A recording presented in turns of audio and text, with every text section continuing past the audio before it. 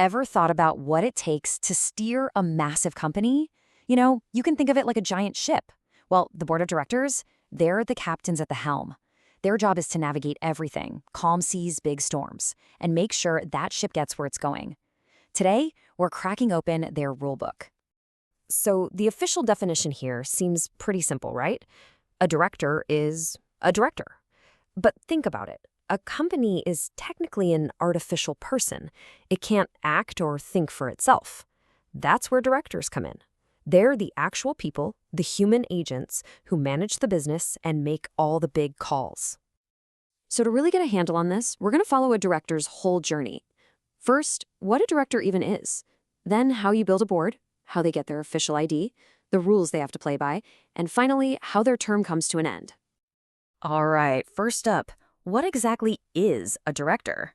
Let's dig into the foundation of where their power and their legal standing in a company actually comes from. Legally speaking, every director is doing a bit of a balancing act. They have to wear two hats. On one hand, they're an agent. That means they can go out and make deals that legally bind the company. But they're also a trustee. This means they have what's called a fiduciary duty, which is just a fancy way of saying they have a legal and ethical duty to protect the company's money, its property, and its secrets. It's this constant dance between taking action and protecting assets. And this is a super important point. A director's power isn't really individual, it's collective. The big, important decisions are made by the board as a group. That's why you always hear about a quorum for board meetings. You need a minimum number of directors present to make sure choices come from a group discussion, not just from one person's whim.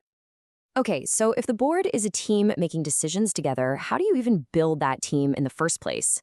Well, it turns out there are some very specific rules for that. The law is really clear on the minimums. A public company needs at least 3 directors, a private one needs 2, and a one-person company, well, just 1. But look at the maximum. It's 15 across the board. Now, what's up with that little asterisk? That's the key. If a company decides it needs more than 15 people in the boardroom, it can do it. But it's not a simple vote. It requires a special resolution, which means a supermajority of the shareholders have to agree. And it's not just about the numbers. There are rules about who is on the board. For example, bigger companies are now required to have at least 1 woman director to promote diversity. And to make sure there's local accountability, every company needs at least 1 resident director, someone who's actually been in India for at least 182 days during the financial year. So you've got the numbers right, you've got the composition right, but before anyone can actually join that board, they need a special kind of identification. You can think of it as their official license to lead. It's called a Director Identification Number, or DIN for short. This is a unique number that the central government gives to each director, and they have it for life. The whole point is to have a single, clear way to identify every director out there. It helps prevent fraud and makes it super easy to track a director's record across different companies. So how do you get one? It's actually a pretty smooth, all-digital process. You apply on the government's portal, upload your documents, get it verified by a company official, and that's pretty much it. The whole system is designed to be transparent and quick, and you usually get your number within a month. Now, the law on this is absolutely crystal clear. Section 155 of the Companies Act says it all. One person can only have 1 DIN. That's it. This one person, one number rule is really the foundation of director accountability. All right, so DIN in hand, a director is ready to get to work. But what are the rules of the road once they're on the job?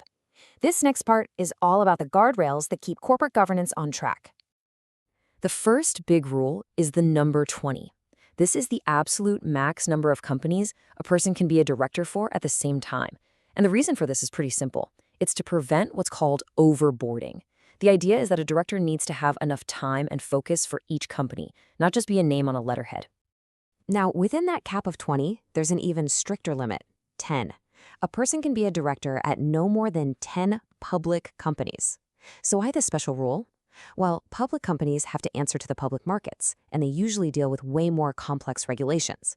This rule makes sure that directors in those high-stakes roles can give them the attention they really need. This brings us to a really crucial point. Being a director isn't for everyone. The law sets up some very clear disqualifications to protect companies and their investors. Some are about personal integrity, like if you're bankrupt. Others are about professional failure, like being on a board of a company that just stopped filing its financials. It's all about making sure the people at the top have integrity. So beyond what they can't do, there's a clear set of duties they must do. And really, it all boils down to one thing: loyalty. They have to act in good faith, be diligent, and always, always put the company's interests ahead of any personal gain. A directorship is a position of trust, not a personal piggy bank. But hey, no director serves forever. In our last section, we're going to look at the two main ways a director's time on the board can come to an end, either by their own choice or not.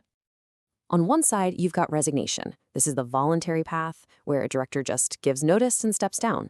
But the key thing to remember is that resigning doesn't wipe the slate clean. They're still on the hook for anything that happened while they were there. Then, on the other side, you have removal. If shareholders are not happy, they can vote to remove a director. All it takes is an ordinary resolution, which is just a simple majority vote. So, we've walked through the whole rulebook for directors, from getting appointed to all the duties and even how they leave. Which leaves us with one last big question. With all these rules and regulations in place, is good governance a sure thing? Or does true leadership, the kind that actually builds great companies, come from something more than just playing by the rules? Something to think about. Thanks for tuning in.